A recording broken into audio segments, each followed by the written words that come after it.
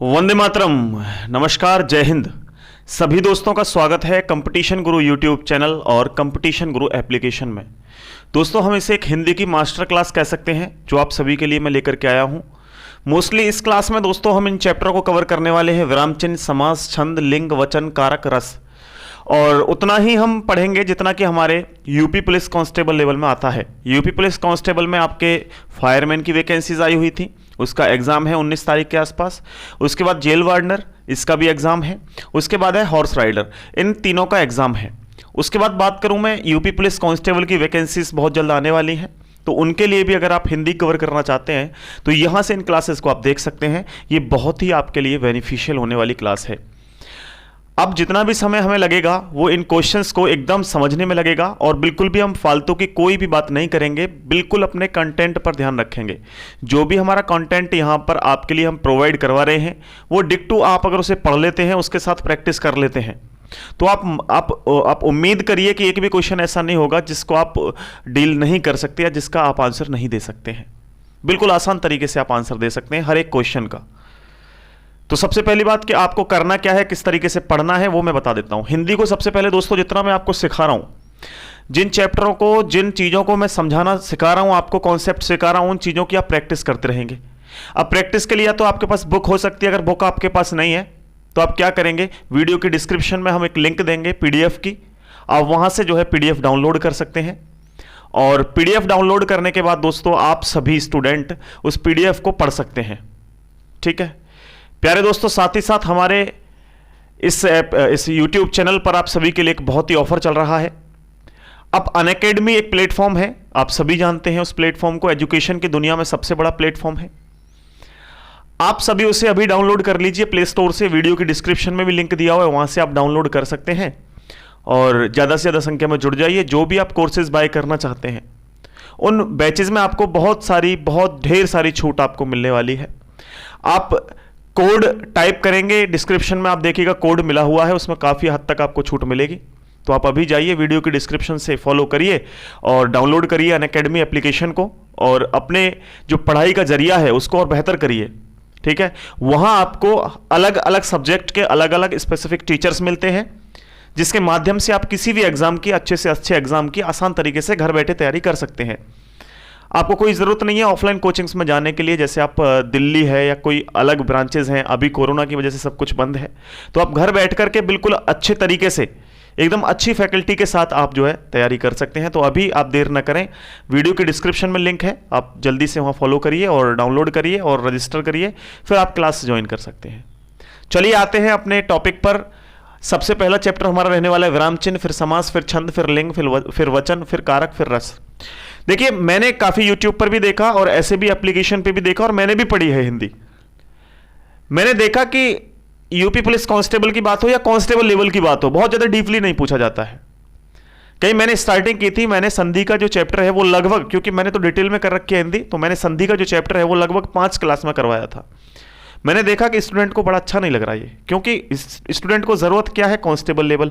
हम करवा रहे हैं एसआई से भी ज़्यादा अच्छा लेवल, तो ये बिल्कुल मतलब ठीक नहीं है हमारे लिए, क्योंकि हमारा जो लेवल है उसको कम समय है। 19 तारीख को पेपर है आपका, और 19 तारीख तक हमें एक बार हिंदी कंप्लीट करने के बाद उसके रिवाइज भी करना है, तो बहुत ज़्यादा समय नहीं लगाना। और आप उम्मीद करिए कि आप बहुत अच्छे मार्क्स लेकर के आ सकते हैं, बहुत अच्छे मार्क्स ला सकते हैं, कोई आपको दिक्कत नहीं होगी। चलिए स्टार्ट करते हैं आज का पहला चैप्टर। सभी स्टूडेंट एक बार शेयर कर दीजिए क्लास को और ज़्यादा से ज़्यादा संख्या में जुड़ जाइए भाई सभी। मैं पहले बता दूं आपको अच्छा लगे या बुरा लगे, मैं कमेंट नहीं ले पाऊंगा, क्योंकि कम समय में ज़्यादा डेटा देने का ही मकसद मेरा रहता है। मैं किसी से कभी भी, मैंने आपने देखा होगा, ज़्यादा कमेंट्स वगैरह नहीं करता। तो उम्मीद करता हूं कि आप धैर्य रखेंगे और इस बात का प्रश्न नहीं उठाएंगे कि सर आप हमारा नाम नहीं ले रहे हैं या हमारी कमेंट नहीं पढ़ रहे हैं। भाई एग्जाम नज़दीक है, नाम लेने से कुछ नहीं होगा, कमेंट पढ़ने से कुछ नहीं होगा। जो भी डाउटफुल कोई कमेंट होगी उसको जरूर से लेंगे, क्योंकि कमेंट हमारे सामने लगी हुई है, वो उस चीज़ की आप बिल्कुल फिक्र ना करें।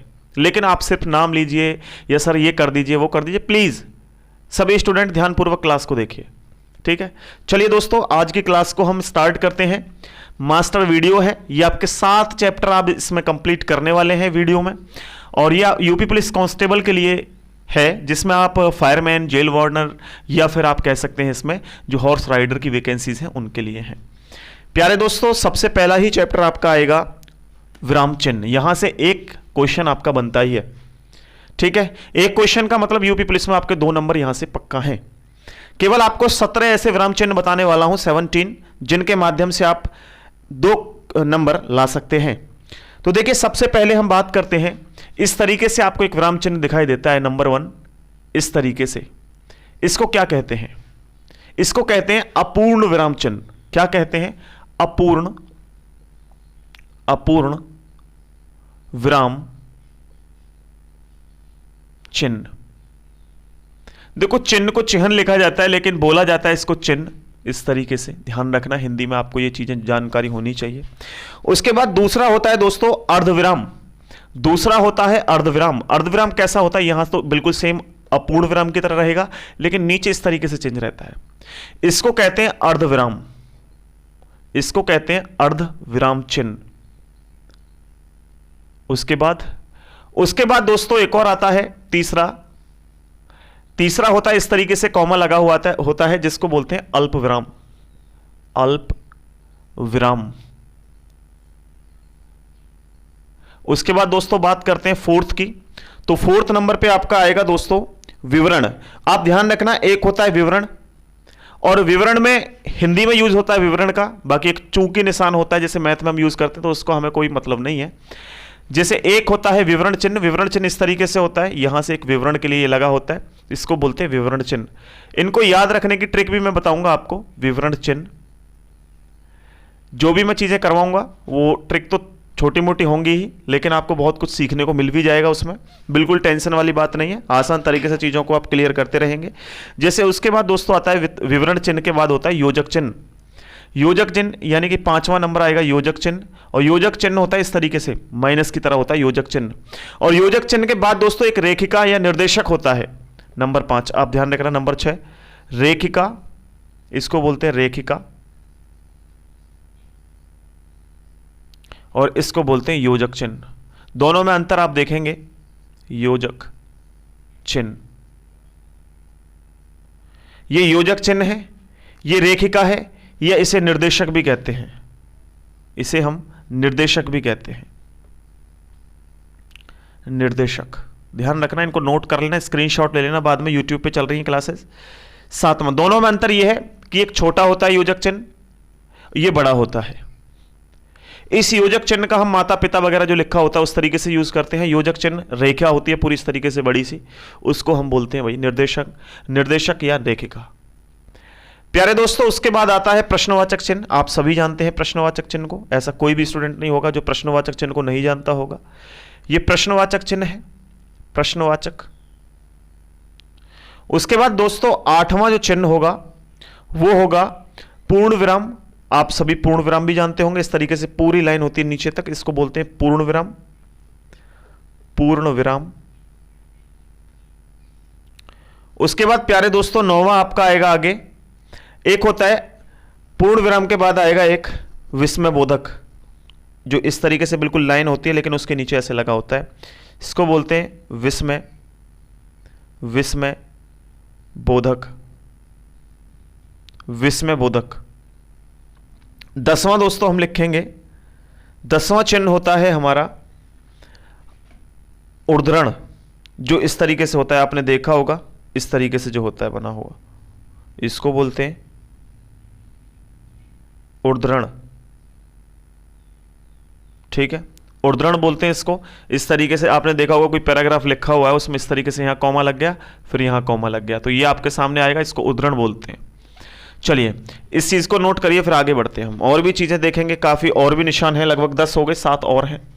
10 के बाद दोस्तों 11वां आप लिखिएगा, नोट करिएगा। 11वां आपका होता है प्यारे दोस्तों, एक होता है आपका त्रुटि या हंसपद। त्रुटि या हंसपद। त्रुटि क्या होता है देखना, ध्यान देना थोड़ा सा प्यारे दोस्तों। त्रुटि जो होता है, त्रुटि या एरर, आपने कभी देखा होगा जब अभी आप कोई लाइन लिख रहे हैं उसमें कुछ लिखना भूल गए, तो इस तरीके से आप चिन्ह लगाते हैं ऐसे, और वो चिन्ह ऐसे भी हो सकता है। इसी चिन्ह को हम बोलते हैं त्रुटि। जैसे आपने कुछ लिखा, जैसे मैं जाता हूं, मैं जाता हूं, आपने ये लिखा और इसमें आप भूल गए मैं घर जाता हूं, तो आप इस तरीके से निशान दे सकते हैं, यहां लिख सकते हैं घर, तो इसी को बोलते हैं त्रुटि। इसको बोलते हैं त्रुटि या हंसपद। त्रुटि, त्रुटि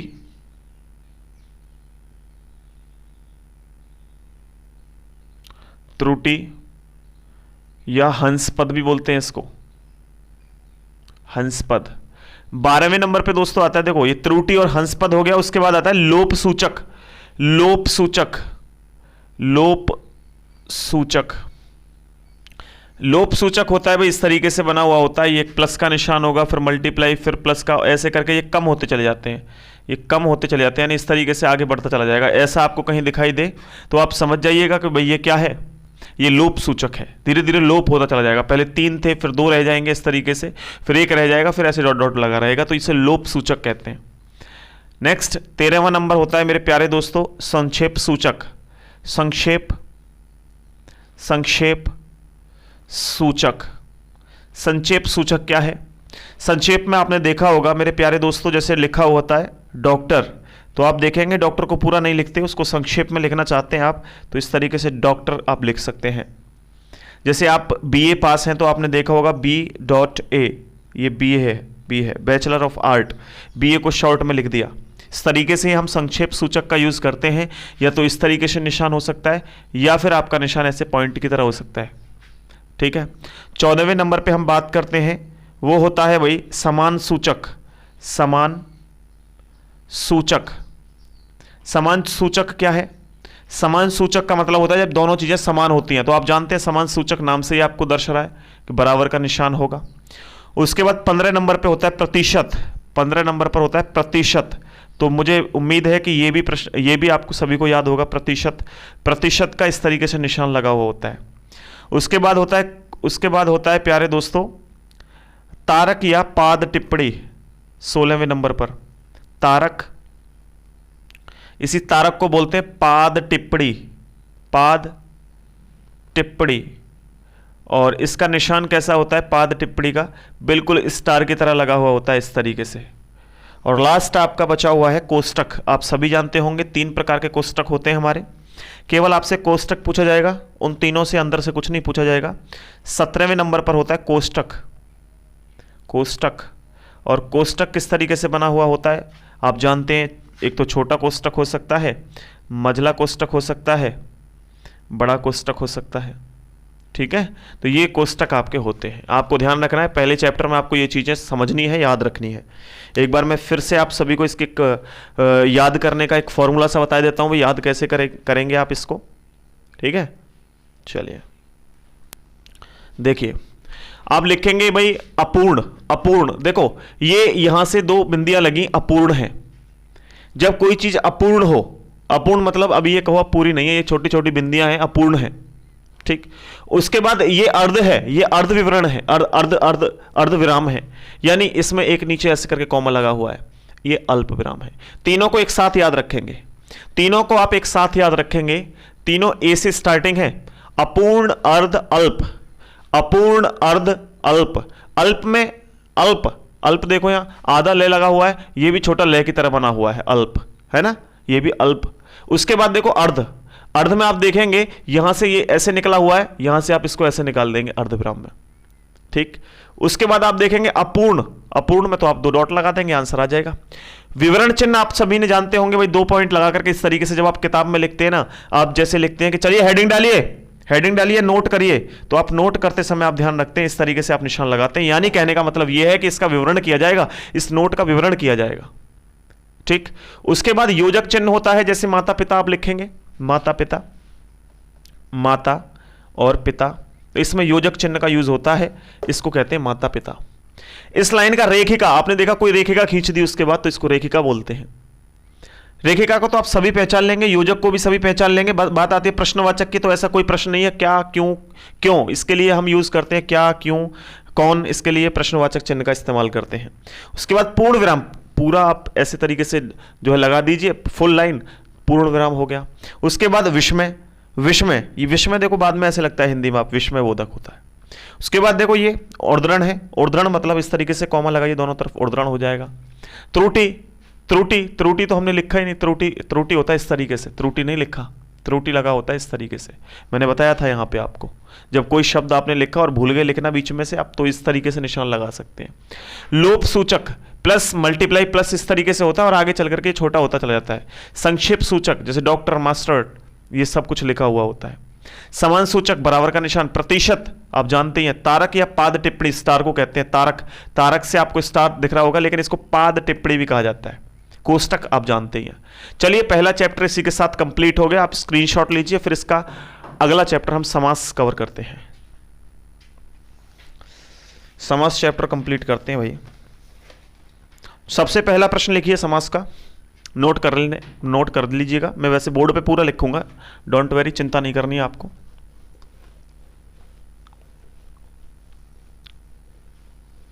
घबराने की जरूरत नहीं है, हम आपके साथ हैं बिल्कुल, आप बस प्रैक्टिस करते रहना, टेंशन नहीं करनी है, टेंशन को पेंशन देनी है, ठीक है जी।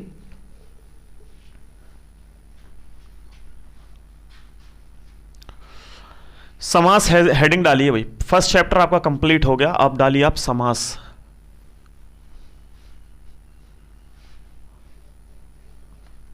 लाइक वाइक कर देना भाई अगर मन में हो तो, थोड़ा बहुत, नहीं है तो कोई दिक्कत ही नहीं है। पहला चैप्टर, दूसरा चैप्टर है समास। समास आप डालिए हेडिंग समास। समास क्या है भाई साहब, समास क्या है देखते हैं, समास क्या है। सबसे पहले हेडिंग डालिए समास के भेद। समास के कितने भेद होते हैं, मेन इंपॉर्टेंट यही कहानी है, समास के भेद, ठीक है, समास के भेद। तो सबसे पहले आप डालेंगे समास, यहां हेडिंग डालेंगे आप समास, और समास में आप लिखेंगे सबसे पहले भेद कितने होते हैं, समास के भेद डालिए 6। इन 6 के बारे में एक एक करके बिल्कुल पढ़ेंगे हम, एक एक करके आसान तरीके से।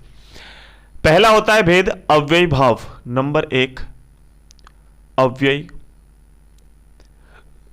भाव समास, अव्ययी भाव समास। मैं इसकी जो डिटेल है, जो इसकी एक तरह से हम कह सकते हैं, जो इसका संक्षेप में वर्णन है, मैं उसको बोल देता हूं, आप लिखते रहें साथ के साथ, नोट करते रहें। जिस समास में पूर्व पद अव्यय होता है, जिस समास में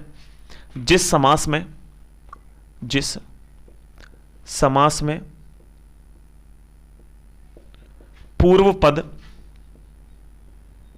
अव्यय होता है, उसे क्या कहते हैं भाई साहब, अव्ययी भाव समास कहते हैं।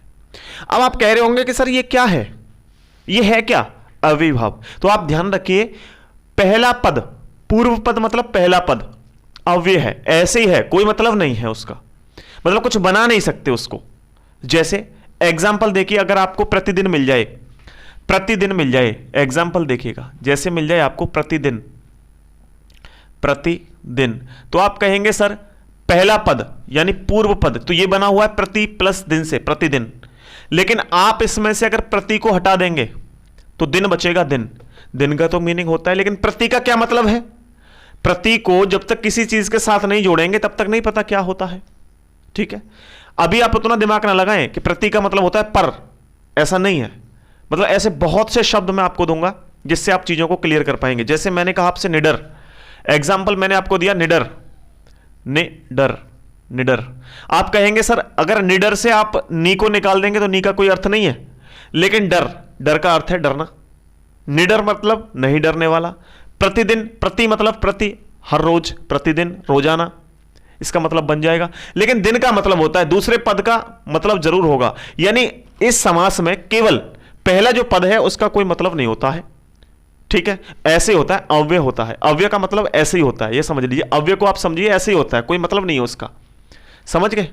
ये प्रथम पद अव्ययी है, जिससे बहुत से आप एग्जाम्पल करिएगा, उसकी मैं आप सभी के लिए एक पीडीएफ प्रोवाइड करवाऊंगा इन क्वेश्चंस के, लगभग एक चैप्टर के 150 क्वेश्चन मैं आपको दूंगा, बहुत जल्द देने वाला हूं। वीडियो के डिस्क्रिप्शन में आप डाउनलोड कर लीजिएगा। टेलीग्राम आप चलाते होंगे तो वहां से कंपटीशन गुरु ऐप नाम से टेलीग्राम चैनल है, वहां से आप ज्वाइन करिएगा। तीसरा, जैसे मैंने कहा आपसे हर रोज,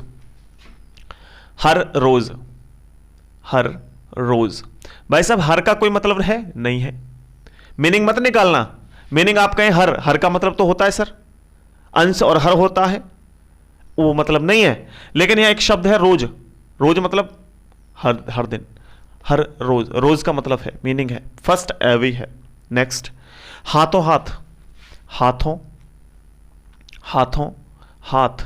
आप देखेंगे हाथ में हाथों का कोई मतलब नहीं होता है, लेकिन हाथ आप जानते हैं क्या है, हाथ। उसके बाद मैंने कहा हर साल, मैंने कहा आपसे हर साल, हर का मतलब कुछ नहीं है लेकिन साल का मतलब होता है, ठीक है। ये पहला पद अव्ययी है। बात को क्लियर समझ पा रहे हैं आप, नहीं समझ पा रहे हैं? जैसे मैंने कहा यथा स्थान, यथा स्थान। आप बताइए मुझे, यथा स्थान में यथा का कोई मीनिंग है? कहेंगे सर नहीं है यथा का मीनिंग, स्थान का तो है। इनमें आप सभी को जब 6 के 6 को पढ़ेंगे ना एक एक करके तो क्लियर हो जाएंगी चीजें। दूसरा कौन सा होता है? दूसरा होता है कर्मधारय। कर्मधारय दूसरा होता है कर्मधारय। कर्मधारय, कर्मधारय समास। कर्मधारय समास क्या है? बड़े ध्यान से समझना, मैं आपको बता दूं। कर्मधारय समास जिस समास का उत्तम पद प्रधान हो और पहले व दूसरे पद में विशेषण विशेष्य का संबंध हो, ठीक है। यानी जिस समास का उत्तर पद, आप लिखें, नोट करें इस चीज को, बहुत इंपॉर्टेंट चीजें हैं, बहुत ज्यादा डिटेल में या डीपली नहीं पढ़ रहे हैं, आप पढ़ेंगे। जिस समास का उत्तर पद प्रधान हो और पहले व दूसरे पद में विशेषण विशेष्य का संबंध हो। यानी आप देखिए, आप समझिए, जिस वस्तु का वर्णन हो वो उपमेय है, जिस वस्तु की तरह बताया जाए वो उपमान है। ये उपमेय उपमान भी पूछ लेता है इस कर्मधारय में, तो इसकी मैं हेडिंग भी लिख देता हूं, जिस समास का उत्तर पद प्रधान हो। जिस समास का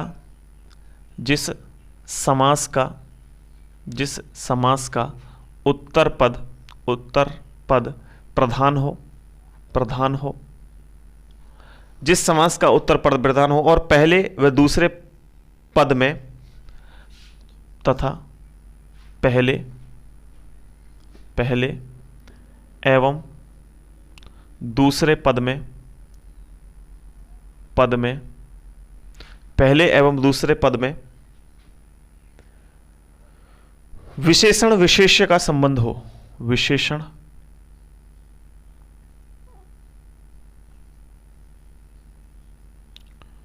विशेष्य का संबंध हो।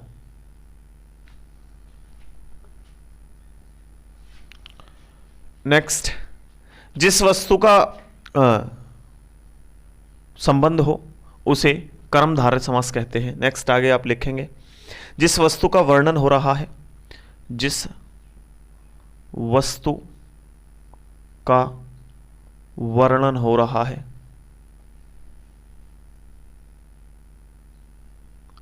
उसे कहते हैं भाई, उसे कहते हैं उपमान,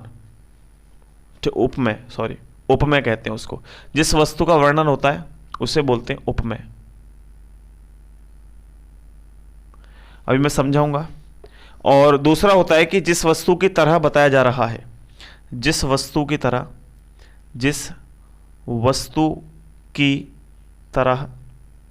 बताया जा रहा है उसे उपमान कहते हैं। उपमान कहते हैं। देखो, प्रश्न आपसे दो तरीके से पूछेगा। पहली बात तो देखो आपको क्या ध्यान रखना है, कर्मधारय। सुनो, मेरे ध्यान से सुनना भाई। ये जो मैंने बनाई है ना, यहां से ये जो मीनिंग बनाया है वो मैंने खुद से मीनिंग बनाया है।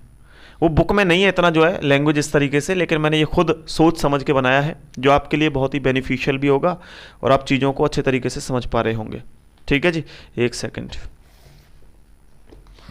आप बहुत आसान तरीके से इन चीज़ों को समझ पाएंगे। कह रहा है जिस समाज का उत्तर पद प्रधान हो, उत्तर पद प्रधान हो, ठीक है जी। उसके बाद कह रहा है पहले एवं दूसरे पद में विशेषण और विशेष्य का संबंध है, उसी को कर्मधारय समास कहते हैं।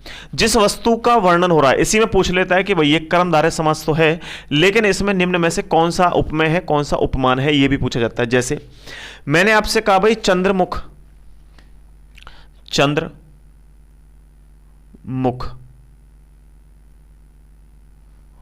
चंद्रमुख ये शब्द है। चंद्रमुख यानी उत्तर पद प्रधान का मतलब यह है जब दोनों पद मिलेंगे तो एक और प्रधान बनेगा। तो आप देखेंगे चंद्र कोई अपने आप में उप नहीं है, यहां पे मुख भी नहीं है, लेकिन चंद्रमुख, चांद के जैसा मुख, चांद के जैसा मुख, तो ये क्या हो गया, ये एक कर्मधारय हो गया। जैसे मैंने कहा पीतांबर,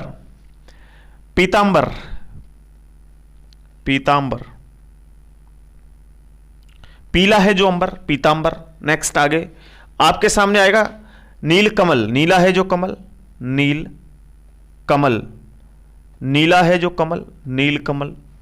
आगे अगर आपके सामने आ जाए मेरे प्यारे दोस्तों लाल मिर्च, लाल है जो मिर्च, लाल मिर्च, लाल मिर्च, ये भी आपका कर्म धारय में आएगा।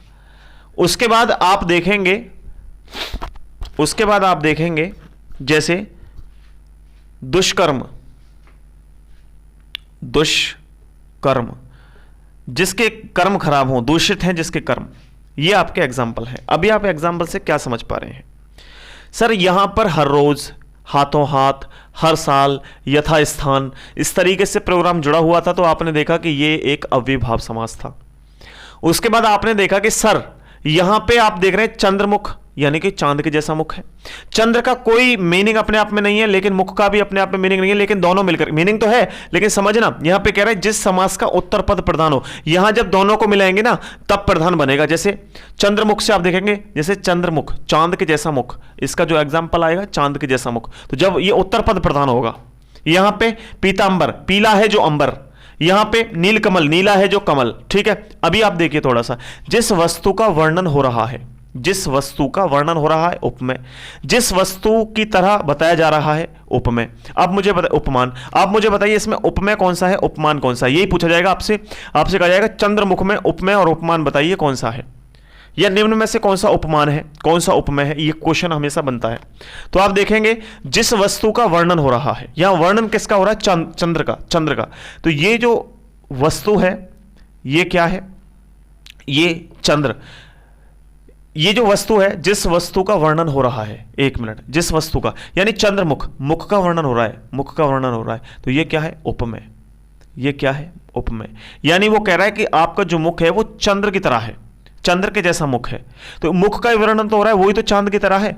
ये क्या है? उपमेय। ये क्या है? उपमान। उपमान। इस तरीके से आप मुझे बताइए इसमें पीतांबर, पीतांबर में जो अंबर है और जो पीत है, जो पीता है, उसका क्या है? पीला है जो अंबर, यानी अंबर तो उपमान हो गया, सॉरी उपमेय हो गया, और ये हो गया उपमान। उपमान। आप मुझे इसका आंसर दीजिए अगर आप समझ पाए तो। नील कमल, नीला है जो कमल, नील कमल, नीला है जो कमल। अभी आप देखिए जिस वस्तु की तरह बताया जा रहा है, किसकी तरह बताया जा रहा है? नीले की तरह, नीले की तरह बताया जा रहा है। कौन बताया जा रहा है? कमल। तो जिसकी तरह बताया जा रहा है ये क्या है? उपमान। ये क्या है? उपमान। और बताया किसको जा रहा है? कमल को। जिस वस्तु के बारे में वर्णन हो रहा है वो है कमल, तो ये उपमेय है, उपमेय। ठीक है, जैसे आपके सामने आ गया लाल मिर्च, लाल है जो मिर्च, तो ये तो आपको बताया जा रहा है कि जिस वस्तु की तरह बताया जा रहा है, किसकी तरह बताया जा रहा है? लाल की तरह। तो ये क्या है? ये वस्तु है आपकी उपमान, उपमान। और ये जो है वस्तु का वर्णन हो रहा है वो क्या है? मिर्च है, तो ये उपमेय है, उपमेय है। इसी प्रकार से दुष्कर्म, जो कर्म है वो खराब है, कर्म तो आपके क्या है? कर्म तो उपमेय है, और यहां पे ये उपमान है, उपमान। बात यहां तक आपको क्लियर हो रही होगी। तो आपसे ये पूछा जाएगा कि निम्न में जो शब्द लिखा हुआ है इसमें उपमेय कौन सा है, उपमान कौन सा है? ये आप जानेंगे। ये कर्मधारय समास जो पीतांबर है। अभी इसके बाद एक और आता है जिसे हम कहते हैं बहुव्रीहि। बहुव्रीहि, उसको आप हेडिंग डाल लीजिए, दोनों में अंतर रहता है थोड़ा सा। ठीक है, बहुव्रीहि।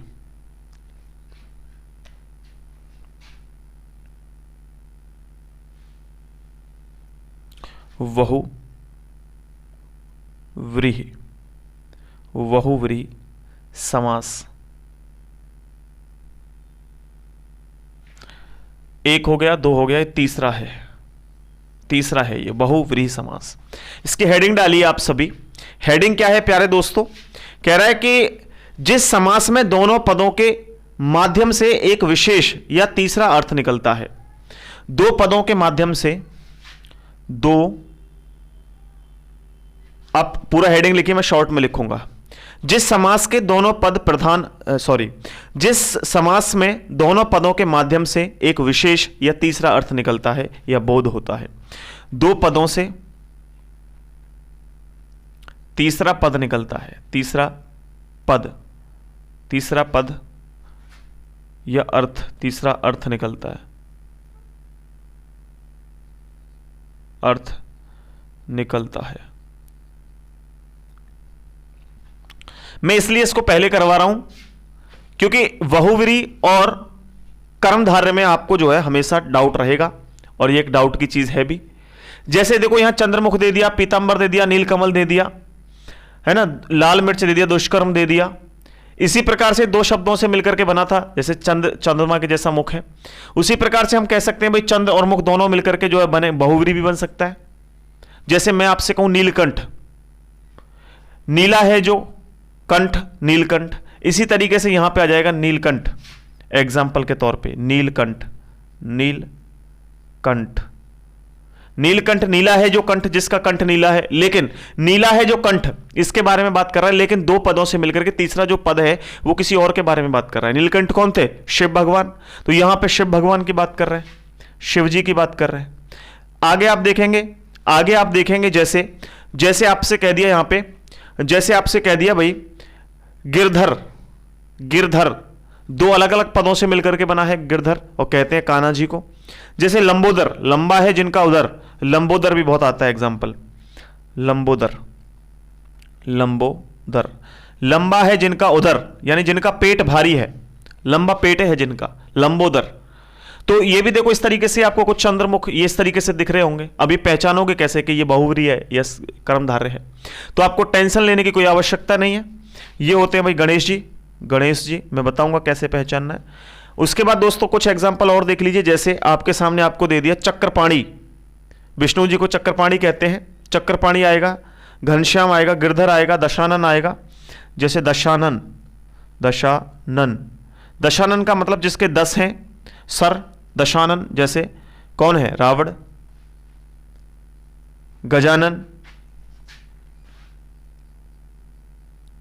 और भी बहुत से एग्जाम्पल है मेरे प्यारे दोस्तों। आप जब इस क्लास के बाद में पीडीएफ को देखेंगे तो बहुत कुछ चीजें आपको सीखने को मिलेंगी। अब ध्यान रखना, ये अभी लंबोदर में आप कह सकते हैं लंबा है जिनका उदर, आप कर्मधारय समास भी लगा सकते हैं, कोई इशू नहीं है। लेकिन आपको जब एग्जाम में जब बैठेंगे तो आपको ऑप्शन में या तो बहुव्रीहि देगा या फिर आपको कर्मधारय देगा, दोनों एक साथ नहीं देगा। ठीक है, दोनों एक साथ देगा तो पहले आप इसमें कर्मधारय में जाएंगे, फिर आप बहुव्रीहि में जाएंगे। क्लियर है? वैसे आप बिल्कुल नो टेंशन रहे कि दोनों एग्जाम्पल एक साथ नहीं आ सकते एग्जाम में। प्रीवियस ईयर के बहुत से क्वेश्चंस मैंने छांटे हैं, उसमें ऐसा कुछ भी नहीं है। ठीक है जी, चलो 3 आपके हो चुके हैं समास। उसके बाद हम आगे बढ़ते हैं भाई साहब, आगे बढ़ते हैं ना। चलिए इसको मैं रफ करता हूं, आगे बढ़ता हूं मैं। चौथा आपका आएगा भाई द्वंद्व समास।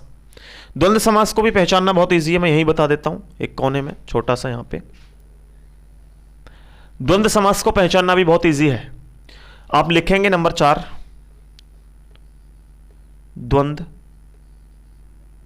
द्वंद्व समास, नोट करके लिखिए भाई। द्वंद्व समास में जिस समास के दोनों पद प्रधान होते हैं तथा विग्रह करने पर अथवा या आता है, अथवा आएगा या आएगा, यानी दोनों पद प्रधान होंगे, दोनों पद प्रधान, बीच में या आ सकता है, अथवा आ सकता है, या ये योजक चिन्ह इस तरीके से आ सकता है। जैसे एग्जाम्पल आप देखिए, दिन रात, जैसे सुबह शाम। मैं देखता हूं एक बार नीचे तक दिख रहा है, कहीं आपको दिख नहीं रहा हूं, मैं लिखे जा रहा हूं।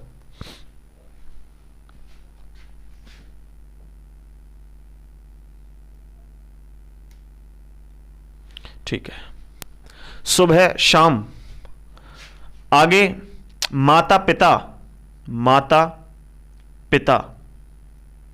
अभी आप देखिए, इसमें आप कहेंगे दिन या रात, दिन अथवा रात, सुबह और शाम, सुबह या शाम, सुबह अथवा शाम, माता और पिता, माता या पिता, इस तरीके से। बीच में योजक चिन्ह आ जाए या दोनों को अथवा और लग रहा हो तो वो भी आपका क्या है भाई साहब, वो आपका द्वंद्व समास है। देखो 4 समास हो गए आपके, कोई दिक्कत नहीं है, इसको आप आसानी से कर सकते हैं, कोई भी आपको इश्यू नहीं होगा।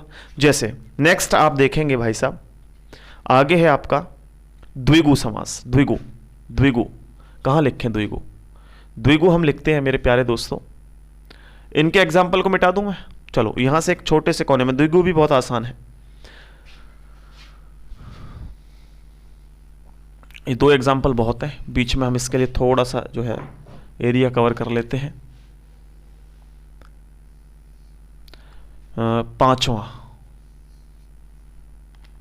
पांचवा आएगा आपका द्विगु समास। द्विगु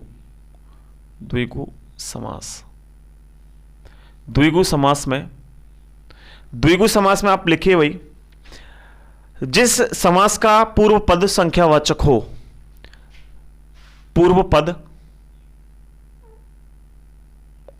पद संख्यावाचक, बस ये है। जैसे चौराहा, एग्जाम्पल, चौराहा, तिराहा, ठीक, त्रिभुज, चौराहा, त्रिभुज, ठीक, षटकोण,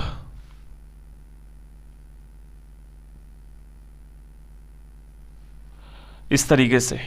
यानी चौराहा, चार राह जिसमें है, अंक संख्या आ गई ना, चार संख्या, त्रिभुज तीन संख्या आ गई, षट सात संख्या आ गई। इसी प्रकार से और भी आ सकते हैं, ठीक है। जैसे सप्ताह आ जाए, सप्ताह, 7 दिनों की बात कर रहा है यहां पे सप्ताह। जैसे आपके सामने और भी चीजें आ सकती हैं, ठीक है। तो आप एग्जाम्पल आप देखना जिसके पहले, सबसे पहले पूर्व पद में संख्या छुपी हो। उसके बाद लास्ट है हमारा आप हेडिंग डालेंगे तत्पुरुष समास, जो सबसे इंपॉर्टेंट है। तत्पुरुष समास, तत्पुरुष समास, तत्पुरुष समास नंबर 6 हम डालते हैं इसको, छठवां भाग है, छठवां भेद है।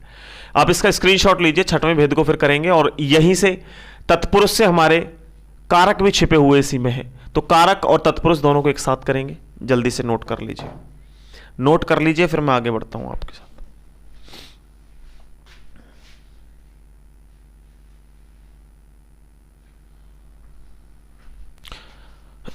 मिटा दो इसको।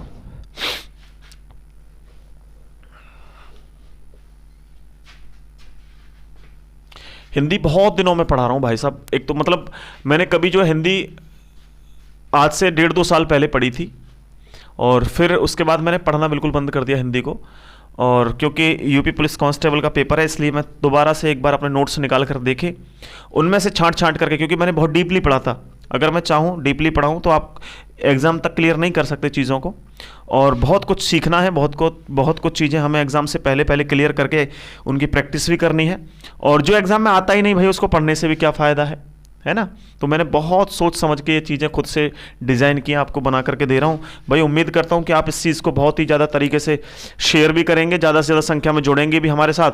और बाकी तो आपके सामने हम हैं ही, जैसे भी आपको पढ़ा रहे हैं। देखो लास्ट आप डालिए तत्पुरुष समास।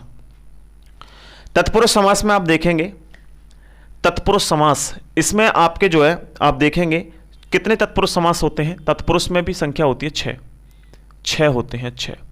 एक एक करके सभी को पढ़ेंगे, ठीक। पहला आपका देखो, आपको ध्यान रखना इस तरीके से, ये होते हैं इस तरीके से। कैसे? कर्म को नंबर 1 कर्म होता है, कर्म नंबर 1 कर्म। नंबर 2 आपका होता है भाई करण। नंबर 3 होता है आपका संप्रदान। नंबर 4 आपका होता है अपादान। नंबर 5 होता है आपका संबंध है ना, या न लगा सकते हैं आप बातें। छठवां और लास्ट आपका होता है भाई अधिकरण।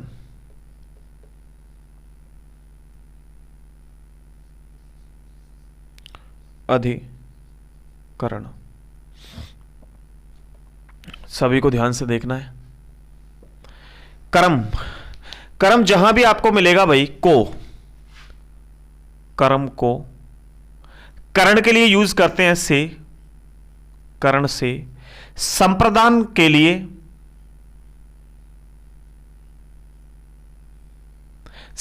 के लिए अब ये लगाइए लिए।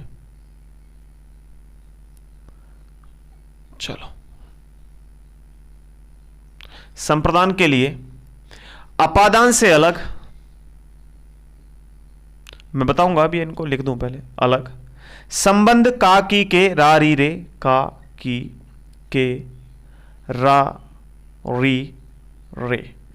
ओके, उसके बाद अधिकरण। अधिकरण होता है मैं पर, मैं पर। सबके एग्जाम्पल लें, सबके एग्जाम्पल लें, एक एक सबके एग्जाम्पल लें। पहले इनको रट लेना है एकदम ध्यान से, इन सभी को रट लेना है। रटना क्या है भाई? तत्पुरुष समास कितने प्रकार के होते हैं? 6 प्रकार के होते हैं सर। कौन कौन से होते हैं? कर्म, करण, संप्रदान, अपादान, संबंध, अधिकरण। कर्म, करण, संप्रदान, अपादान, संबंध, अधिकरण। ये ऐसे याद नहीं रखने, आपको याद रखने हैं। कर्म को करण से, संप्रदान के लिए अपादान से अलग, संबंध का की के रा री रे, अधिकरण में पर। यानी ये को क्या होता है? जैसे आपको कुछ एग्जाम्पल दे दिए जाएं, जैसे एग्जाम्पल दे दिया, एग्जाम्पल दिया आपको मतदान, एग्जाम्पल दिया मतदान, मतदान। अभी इसमें पूछेगा कि ये शब्द है मतदान, इसमें कौन सा समास है? सबसे पहले आएगा कि आप कहेंगे सर तत्पुरुष समास है, चलो ठीक है। लेकिन एग्जाम्पल तत्पुरुष नहीं आएगा, एग्जाम्पल आएगा आपके सामने कर्म, करण, संप्रदान, अपादान। तो कौन सा है? आप कहेंगे मतदान है सर। कर्म, कर्म, कर्म कौन सा है? कर्म तत्पुरुष, कर्म तत्पुरुष, ठीक है। यानी कहने का मतलब कैसे पहचाना? मतदान मतलब मत को दान करने वाला, तोड़कर देखना है, मत को दान करने वाला, जो अपने मत को देगा, जो अपने वोट को देगा, वही तो मतदान, मतदाता होता है। तो मतदान मत को दान करने वाला, मतदान। तो बीच में लगा हुआ है को, मत को दान करने वाला। जैसे एग्जाम्पल आप दूसरा लीजिए भाई, उसने कहा आपसे मूर्तिकार, मूर्तिकार। दूसरा एग्जाम्पल मूर्ति, मूर्तिकार। मूर्तिकार का मतलब क्या होता है? मूर्ति को बनाने वाला। फिर से को आ गया, मूर्ति को बनाने वाला, मूर्तिकार। उसके बाद और भी एग्जाम्पल लीजिए आप एक दो। जैसे उसने कहा आपसे गगन चुम्मी, गगन चुम्मी। आप इसके बहुत से एग्जाम्पल जब करेंगे तो आपको बहुत चीजें क्लियर होंगी। बिना एग्जाम्पल के पढ़ना बेकार है भाई, मैं पहले बता दूं। गगन चुम्मी, गगन को चूमने वाला, जो गगन को चूमता है वो गगन चुम्मी है, ठीक। आगे करण से, करण के लिए भी कुछ ना कुछ एग्जाम्पल हम लेकर के आए हैं। जैसे आपसे कहा जाएगा से या द्वारा भी आ सकता है इसमें, से या द्वारा, से, करण से या द्वारा।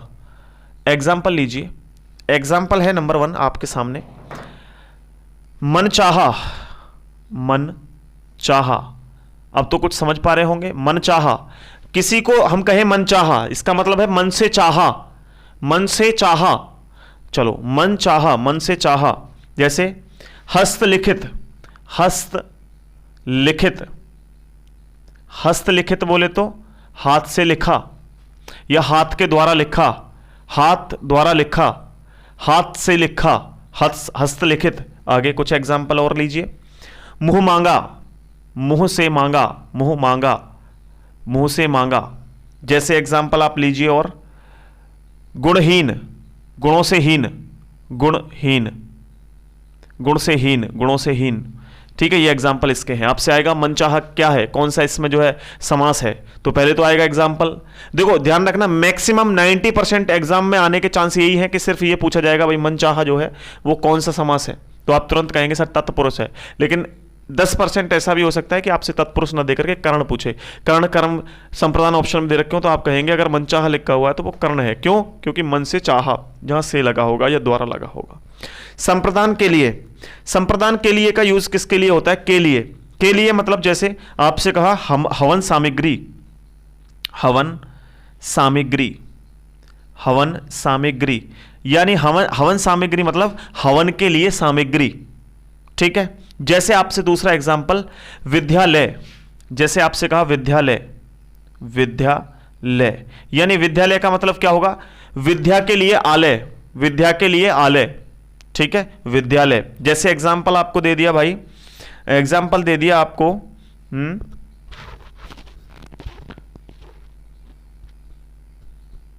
गुरु दक्षिणा, गुरु दक्षिणा। इसका क्या आएगा? गुरु के लिए दक्षिणा, गुरु दक्षिणा। अब अपादान से अलग होने के लिए, से अलग होने के लिए, देखो यहां पे भी से लगा हुआ था, लेकिन इस से में और इस से में क्या डिफरेंस है दोनों में, ये देखना। ये जो कर्ण वाली से होगी मन चाहा, मन से चाहा, मुंह मांगा, मुंह से मांगा, गुणहीन, गुण से हीन। यहां पर होगा से अलग होने के लिए, से अलग होने के लिए। जैसे पेड़ से पत्ता गिरता है, है ना। पेड़ से पत्ता गिरेगा तो पेड़ से अलग होगा, टूट करके अलग जाएगा, है ना। जैसे मैं बस से गिर गया तो मैं गिर के दूर दूर हो गया बस से, है। मैं आसमान से कूद गया तो आसमान से अलग हो गया। तो ये सारा का सारा आपका प्रोसेस यहाँ होगा। जैसे एग्जांपल लीजिए आप, ऋण मुक्त, ऋण ऋण मुक्त यानी ऋण से मुक्त, कर्ज से मुक्त हो गया मैं, अलग हो गया कर्ज से। जैसे एग्जाम्पल आप देखिए, मार्ग मार्ग भ्रष्ट, मार्ग से भ्रष्ट हो गया, मार्ग भ्रष्ट, मार्ग से दूर चला गया। देश निकाला, देश निकाला, देश से निकाला, अलग कर दिया उसको, देश से निकाल दिया। ठीक, आगे एक और एग्जाम्पल ले लीजिए। जैसे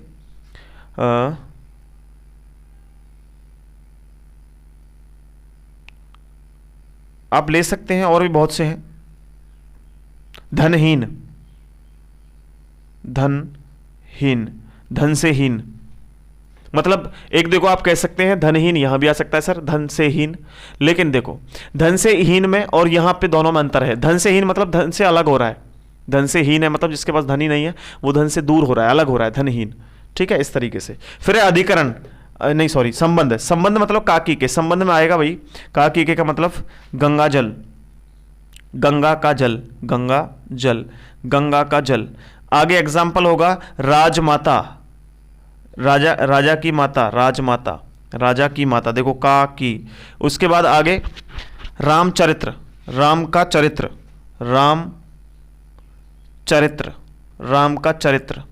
ठीक, उसके बाद आएगा भाई आगे, जैसे प्रेम सागर, प्रेम का सागर, प्रेम सागर, प्रेम का सागर, का की के रारी रेस में आएगा।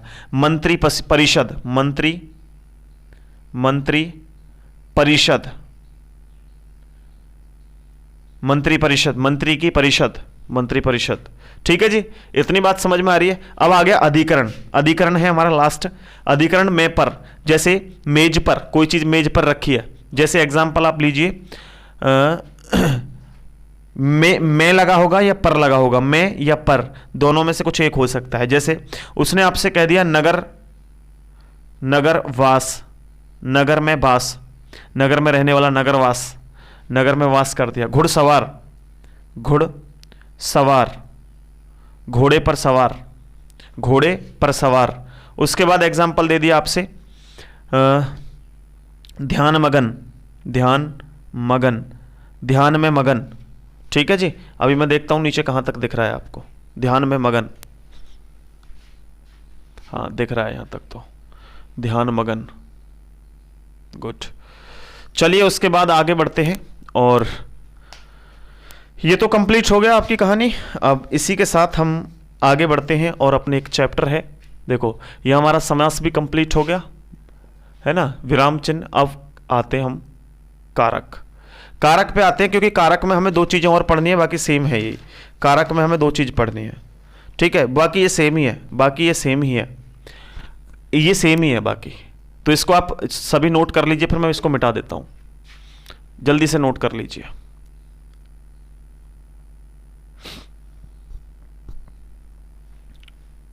आई होप कि आपने ये नोट कर लिया होगा, मैं इसको मिटा रहा हूँ।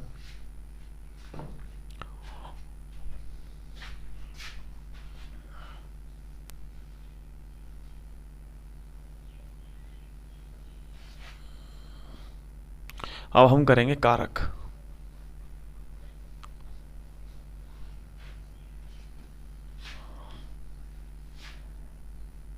एक बार फिर से वीडियो को स्पीड बढ़ा करके देख लेना बाद में, है ना, जिससे थोड़ा सा रिवाइज हो जाएगा, कोई डाउट रह गया होगा तो आपका।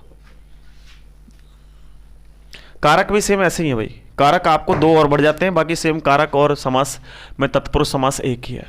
अब चैप्टर आ गया आपका कारक। कारक, कारक में आप देखिए कारक में कौन कौन से होते हैं। यहां पे एक कर्ता और होता है, नंबर 1 होता है कर्ता,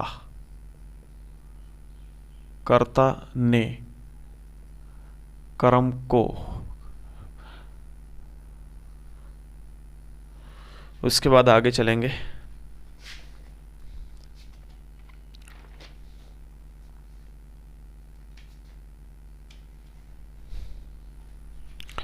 एक लास्ट और लिखेंगे, कहाँ लिखें, यहाँ पे लिख लो आप, चलो इधर लिखवा दो आप, यहाँ पे ना 1 2 3 4 5 6 7 और यहाँ लिख लो 8वां। 8वां आप लिखेंगे संबंध।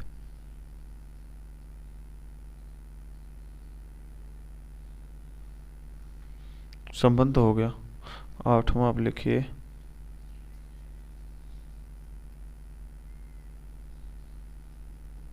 संबोधन कारक।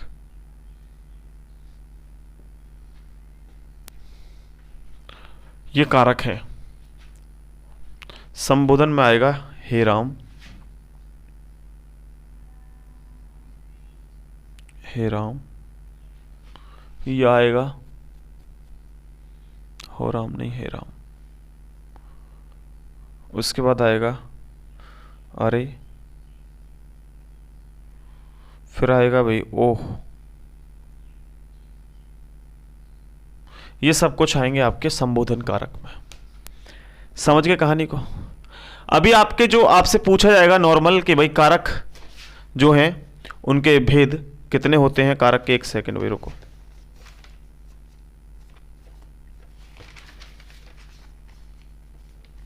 कारक के प्रकार कितने होते हैं आपसे पूछा जाएगा, तो मैंने लिखवा दिए हैं। कारक के प्रकार होते हैं 8। ये देखो 1 2 3 4 5 6 7 और 8। सभी को एक एक करके पढ़ेंगे ध्यानपूर्वक, कोई परेशानी नहीं है, कोई जल्दबाजी नहीं है। सबसे पहली बात आपको ध्यान रखना है जो कर्ता है। कर्ता, कर्ता कौन होता है? कर्ता कौन होता है? कर्ता जो काम को करता है वही तो कर्ता है। कर्ता, मैंने कहा ये कर्ता है क्योंकि वो काम को करता है इसलिए उसको कर्ता कहा गया है। तो आप हेडिंग डालेंगे जो काम को करता है उसी को कर्ता कहते हैं। जो काम को करने वाला होता है उसी को कर्ता कहते हैं। अब आपको दिया जाएगा राम ने रोटी खाई। राम ने रोटी खाई। एक एक एग्जाम्पल देंगे सभी का, बाकी आप खुद करना है। राम ने रोटी खाई। अब मुझे इसमें बताइए, इसमें पूछा जाएगा कि कर्ता कौन है। राम ने रोटी खाई। राम ने रोटी खाई। तो आप देखेंगे जिसके बाद ने आ रही है कर्ता ने यानी राम ने, तो इसमें जो कर्ता है वो राम है, जिसके बाद ने आएगा वही राम है। ये जिसने रोटी खाई, भाई कर्ता कौन है आप अच्छी तरीके से जानते हैं। राम ने रोटी खाई, काम किसने किया? राम ने। तो कर्ता कौन है? राम। राम ने तो रोटी खाई, इसीलिए इसमें पूछा जाएगा कि बताइए इस पूरे के पूरे शब्द में, सॉरी इस पूरे के पूरे जो है सेंटेंस में कर्ता कौन है। ऑप्शंस आपके सामने दे रखे होंगे, आप कहेंगे सर राम है। बिल्कुल ठीक है, कोई दिक्कत ही नहीं। समझ गए? उसके बाद आगे आप देखेंगे मेरे प्यारे दोस्तों मित्रों, दूसरा आता है कर्म। अभी एक और दे दूं मैं, उसके द्वारा पढ़ना चाहिए। दूसरा एग्जाम्पल, उसके द्वारा पढ़ना चाहिए। इसमें तो ने नहीं आ रहा, फिर आप कैसे करोगे बताओ बताओ। या फिर आ जाए सीता गीत गाती है, तो आप ध्यान रखना यहां पर होगा उसके द्वारा पढ़ना चाहिए। या किसके द्वारा पढ़वा रहा है? देखो कभी कभी होगा ने से काम नहीं चलेगा, ने नहीं आएगा, उसने या उसके द्वारा पढ़ना चाहिए। किसके द्वारा? उसके द्वारा। उसके मतलब जो करता है उसके द्वारा पढ़ना चाहिए। तो यहां पे कर्ता कौन है? उसके। तो इस उसके यहां पे करता है। ये अपवाद था एक जहां पे न का इस्तेमाल नहीं होता। जैसे सीता गीत गाती है। सीता गीत गाती है। सीता गीत गाती है या सीता ने गीत गाया। सीता ने तो गाया, काम किसने किया? कर्म कौन है? कौन है कर्म? सीता। तो सीता ने गीत गाया, सीता गीत गाती है, सीता ने गीत गाया, बातें की, ने लग गया। तो आपने देखा यहाँ पे सीता जो है वो कर्म है, सॉरी कर्ता है। अब कर्म कहता तो कर्म हम सीता गीत गाती है यानी कि सीता गीत को गाती है। गीत को गाती है तो गीत जो है वो कर्म था। अभी कर्म की बात करते हैं। कर्म कर्म में आप ध्यान रखेंगे शॉर्ट सी ट्रिक। कर्म में आएगा दो चीजें, क्या और किसको। भाई सीता जैसे पहला है, सीता गीत गाती है, सीता गीत को गाती है। सीता गीत को गाती है, ये हो जाएगा। जैसे अध्यापक ने छात्रों को पढ़ाया, एग्जाम्पल, अध्यापक ने छात्रों को पढ़ाया। अब यहां पे कर्म कौन है, आपसे पूछा जाएगा इसमें कर्म कौन है बताओ, तो आप कहेंगे सर अध्यापक ने छात्रों को पढ़ाया, इसमें छात्र कर्म है। कौन है इसमें कर्म, क्या किया अध्यापक ने, ये तो करता था अध्यापक, ये तो करता था अध्यापक ने, छात्रों को छात्र कर्म है, छात्रों को पढ़ाया। ठीक है, आगे देखिए, उसके बाद मां ने बेटे को खाना खिलाया, मां ने बेटे को खाना खिलाया, मां ने बेटे को, तो बेटा जो है इसमें कौन है, कर्म है, बेटे को खाना खिलाया। उसके बाद आगे हो गया। उसके बाद कर्ण के एग्जाम्पल डालिए, कर्ण का, कर्ण से द्वारा से द्वारा होता है। जैसे तुम कलम से लिखते हो, तुम कलम से लिखते हो, तुम कलम से लिखते हो, तुम कलम से लिखते हो, इसमें क्या होगा भाई, तुम कलम से लिखते हो, तुम कलम से लिखते हो, बताओ, तो इसमें आएगा तुम कलम के द्वारा लिखते हो, किसके द्वारा, कर्ण कौन है, कर्ण कौन है, से द्वारा, किसके द्वारा, कलम के द्वारा लिखते हैं, तो इसमें कलम है, कर्ण, कलम, कलम के द्वारा ही तो लिखी जाएगी कोई चीज, किसके द्वारा, से, कलम से। ठीक, दूसरा एग्जाम्पल लीजिए इसी में, राम ने रावण को मारा, राम ने रावण को मारा, राम ने रावण को तीर से मारा, ये होगा, इसका गलत लिख दिया था मैंने।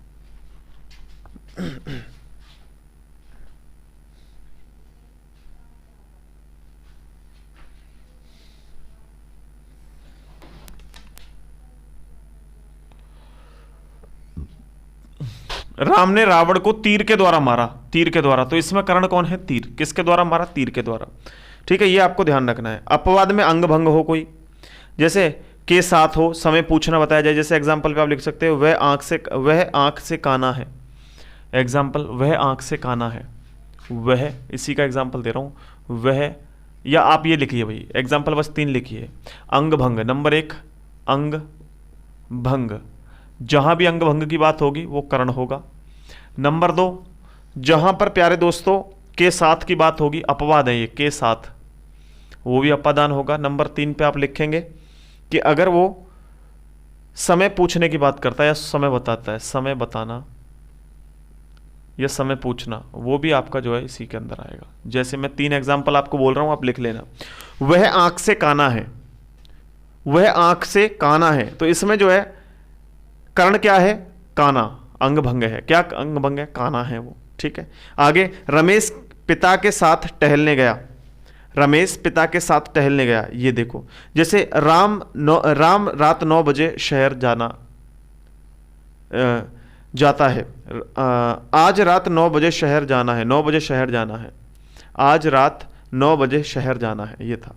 ठीक है, चलो ये हो गया आपका कर्ण। उसके बाद चौथे पर हम चलते हैं, संप्रदान के लिए। संप्रदान के लिए जैसे राम सब्जी खरीदने बाजार गया, राम सब्जी खरीदने बाजार गया, तो के लिए लगता है राम सब्जी खरीदने, राम सब्जी खरीदने बाजार गया, तो इसमें बताओ जो संप्रदान है वो कौन है, राम सब्जी खरीदने के लिए, राम सब्जी खरीदने के लिए बाजार गया, तो इसमें जो खरीदने है ना, खरीदने, वो संप्रदान है, खरीदने के लिए गया। दूसरा एग्जांपल ले लीजिए आप, दूसरा एग्जांपल है रमेश पढ़ने स्कूल गया, रमेश पढ़ने स्कूल गया, तो इसमें क्या बनेगा, रमेश पढ़ने के लिए स्कूल गया, तो यहां पे पढ़ने जो है वो हमारा संप्रदान है। नेक्स्ट है अपादान। अपादान जैसे पेड़ से पत्ते गिरते हैं, पेड़ से पत्ते गिरते हैं, तो किससे गिर रहे हैं पत्ते, किससे अलग हो रहे हैं, पेड़ से, तो इसमें पेड़ क्या है, अपादान है। जैसे वह गांव से पढ़ने गया, वह गांव से पढ़ने गया, वह गांव से पढ़ने गया। कहां से पढ़ने गया? गांव से पढ़ने गया। तो यहां पे कहां से गया है? गांव से गया है, तो गांव क्या है? अपादान है। फिर संबंध, संबंध क्या होता है? ठीक है, अब देखना इसमें अपवाद भी आते हैं। अपादान में अपवाद, अपवाद यहां लिखवाऊंगा मैं, सभी के अपवाद यहां लिखूंगा, है ना। अपवाद क्या है? अपवाद है जैसे आपसे कहा गया कि सीता मोहन से लंबी है, तो अपवाद में अगर तुलना करता है, तुलना, तुलना, तो वो किसके अंदर आएगा? अपादान के अंदर। जैसे सीता मोहन से लंबी है, वह सीता से अधिक सुंदर है, तो तुलना जो होगी वो अपादान के अंदर आएगा। आगे देखिए, संबंध कारक काकी के, उस वृद्ध व्यक्ति की 3 पुत्रियां हैं। जैसे उस वृद्ध व्यक्ति की 3 पुत्रियां हैं, की आ गया बीच में, तो क्या है? संबंधवाचक है, संबंध कारक है। उसके बाद एग्जाम्पल, मेरा भाई मुझे ऐसा नहीं करने देगा। मेरा भाई मुझे ऐसा नहीं करने देगा, ये भी बात है आपका। ठीक है जी, मेरा भाई, रा आ गया, मेरा भाई। उसके बाद जो मेरी पुत्री अभी ठीक नहीं है, मेरी, री आ गया बाद में, मेरी पुत्री अभी ठीक नहीं है। तो यहां पे संबंध में दो चीजों का संबंध होगा। जैसे उस वृद्ध व्यक्ति की 3 पुत्रियां हैं, यहां पे लिख देता हूं, उस वृद्ध व्यक्ति की 3 पुत्रियां हैं, 3 पुत्रियां हैं। तो एग्जाम्पल ऐसे होगा, देखो व्यक्ति की, उस व्यक्ति की, तो ये क्या है? संबंध, पूरा का पूरा संबंध कारक है। आगे देखो, आगे है अधिकरण, अधिकरण में पर। जैसे रमेश लखनऊ में पढ़ता है, रमेश लखनऊ में पढ़ता है, में है। नेक्स्ट आगे, पुस्तक मेज पर है, पुस्तक मेज पर है, ये एग्जाम्पल है। तुम्हारी पेन अलमारी के ऊपर रखी है, तुम्हारी पेन अलमारी के ऊपर रखी है, यानी अलमारी पर रखी है। ठीक है जी, ऐसे होते हैं। जैसे उमेश लखनऊ में पढ़ता है, उमेश लखनऊ में पढ़ता है, ये सारी चीजें होंगी। नेक्स्ट, अभी लास्ट बात करते हैं, संबोधन क्या होता है। संबोधन में जैसे हे राम, यह लड़का मानता है, मानता नहीं, या यह लड़का मानता है, हे राम, यह लड़का मानता है या नहीं मानता है। अरे राम सीता को लेकर भाग गया, अरे राम सीता को लेकर भाग गया। ओह मेरे हाथ से क्या हो गया, ओह, जैसे हम कुछ गलत कर देते हैं ना, गोली चल जाए, कुछ हो जाए, ये चोट लग जाए सामने वाले को, तो हम कहते हैं ओह मेरे हाथों से क्या हो गया। तो ये सब संबोधन है। हे राम, ये मैंने क्या कर दिया, अरे भगवान, ये मैंने क्या कर दिया, ओह ओ भगवान, मैंने ये क्या कर दिया, ये सारे के सारे संबोधन हैं। ठीक है जी, तो यहाँ पे आपका ये चैप्टर कंप्लीट हो गया। अब उसके बाद हम बात करते हैं भाई आगे नेक्स्ट चैप्टर की। जो भी दिक्कतें हों, जो भी आपको डाउट्स हों, वो मुझे आप जो है कमेंट बॉक्स में कमेंट कर देना, वहाँ बताएंगे आपको। चलिए अब हम नेक्स्ट चैप्टर बात करते हैं, लिंग। लिंग, ठीक है, लिंग चैप्टर की बात करते हैं, तो इसको नोट कर लीजिए एक बार सभी, फिर हम लिंग चैप्टर की बात करते हैं।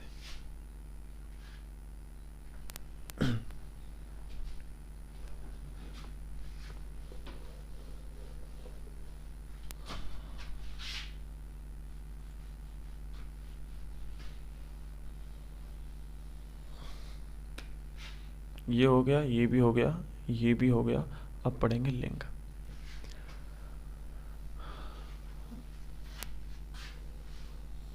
देखो सबसे पहले लिंग की बात करें तो लिंग कितने प्रकार के होती हैं, है ना। लिंग, लिंग जैसे स्त्रीलिंग, पुरलिंग, नपुंसक लिंग, उभयलिंग, ये सभी लिंग हैं अलग अलग प्रकार से। चलो इनके बारे में डीपली पढ़ेंगे, चीज़ों को ज़्यादा डीपली नहीं, जो एग्जाम में आएंगी उस प्रकार से पढ़ेंगे केवल। देखो अगर आपसे पूछ रहे लिंग के भेद कितने होते हैं, तो लिंग के भेद होते हैं 4, पुरलिंग, स्त्रीलिंग, नपुंसक लिंग, उभयलिंग। लेकिन हिंदी की बात करते हैं तो हिंदी में आपसे पूछा जाएगा कि मुख्य रूप से हिंदी में लिंगों का प्रकार, कितने प्रकार के लिंग होते हैं, तो केवल 2 प्रकार के होते हैं, स्त्रीलिंग और पुरलिंग। स्त्रीलिंग और पुरलिंग। अभी ये शब्द आपको क्या करने हैं, अपनी बुक लेनी है कोई भी, या प्रैक्टिस के लिए अब मैं PDF प्रोवाइड करवाऊंगा, उनमें से आपको देखना है कि जैसे मैं सबसे बात करता हूं लिंग के भेद की।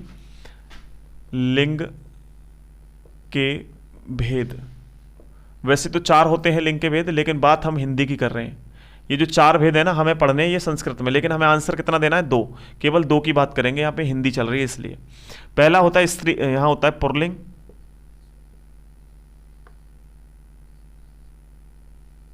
पुरलिंग, और यहाँ होता है स्त्रीलिंग, स्त्रीलिंग। देखो स्त्रीलिंग पुल्लिंग में क्या अंतर है, जैसे ट्रिक है मेरा, मेरी, बड़ा, बड़ी, अच्छा, अच्छी, छोटा, छोटी, होता, होती, ठीक है। जैसे अगर आएगा मेरा, यह मेरा भाई है, क्या है, मेरा भाई, भाई पुल्लिंग है। मेरी, मेरी बहन है, मेरी क्या है, स्त्रीलिंग है। आगे नेक्स्ट आ गया जैसे बड़ा, वह बड़ा, मेरा बड़ा भाई है। बड़ी, वह मेरी बड़ी बहन है, ये स्त्रीलिंग है। उसके बाद आ गया अच्छा, वह बहुत अच्छा आदमी है, वह बहुत अच्छी है, ठीक।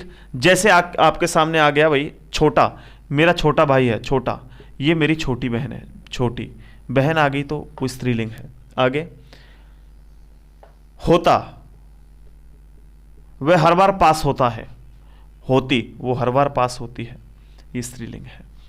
अभी पुल्लिंग की बात करें तो बहुत से ऐसे शब्द हैं आपको ध्यान रखने हैं जो पुल्लिंग रहते हैं हमेशा, उनकी भी बात करेंगे। जैसे कौन कौन से शब्द हैं ऐसे, आप धातु में देखेंगे, धातु में आप देखेंगे जो जितनी भी धातुएं हैं वो मैक्सिमम सारी की सारी क्या है, पुरुषलिंग है। सभी धातु, सभी धातु, सभी धातु। लेकिन दो धातुएं ऐसी हैं जो इसके बाहर हैं, स्टील और सिल्वर। स्टील, ये स्टील और सिल्वर क्या है, स्टील और सिल्वर स्त्रीलिंग है, स्टील और सिल्वर ये है। तो आप इसकी तो प्रैक्टिस करेंगे, ये चैप्टर बहुत ही छोटा सा चैप्टर है, आप इसके जो है जितने ज़्यादा एग्जाम्पल कर सकते हैं उतने ज़्यादा करिएगा। मैं आगे बढ़ करके कुछ और इसमें बताने का प्रयास करता हूँ। जैसे दिनों के नाम बताओ आप मुझे, दिनों के नाम, दिनों के नाम बताओ, दिनों के नाम।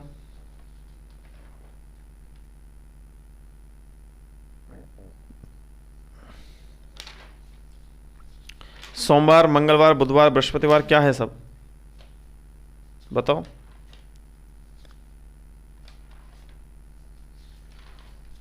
पुल्लिंग है, बिल्कुल ठीक कह रहे हो,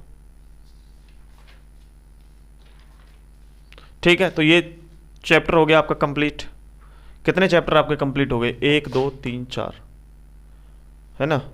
और अब मैं देखता हूँ इसमें से और ऐसा कौन सा चैप्टर है जिसको मैं कम समय में करवा सकता हूँ, क्योंकि काफ़ी लेंदी वीडियो होगी, फिर कल कर लेंगे इसके बाद। छंद, वचन, रस, चलो इनको नेक्स्ट क्लास में करेंगे ना। तो भाई क्लास कैसी लगी, अगर अच्छी लगी हो तो इसके बाद के इनको चैप्टर को कंटिन्यू रखेंगे, और जो भी बच रहे हैं वो सभी को हम 2 क्लास में आने वाली में उसको कंप्लीट कर लेंगे। इस क्लास को एक बार फिर से देखना अच्छी लगे तो। थैंक यू वेरी मच, आप सभी का बहुत बहुत शुक्रिया, बहुत बहुत धन्यवाद। सभी को बहुत सारा प्यार, ढेर सारा प्यार सभी को भाई। सभी जो है सक्सेस हों जल्दी से, यूपी पुलिस कांस्टेबल में जल्दी से आप सभी जो भी पढ़ना चाहते हैं, जो भी तैयारी कर रहे हैं वो सभी सेलेक्टेड हों, जो भी सिलेक्शन लें। थैंक यू वेरी मच, सभी को बहुत बहुत एक बार फिर से दिल की गहराइयों से सभी को बहुत बहुत मुबारक। थैंक यू, जय हिंद, वंदे मातरम।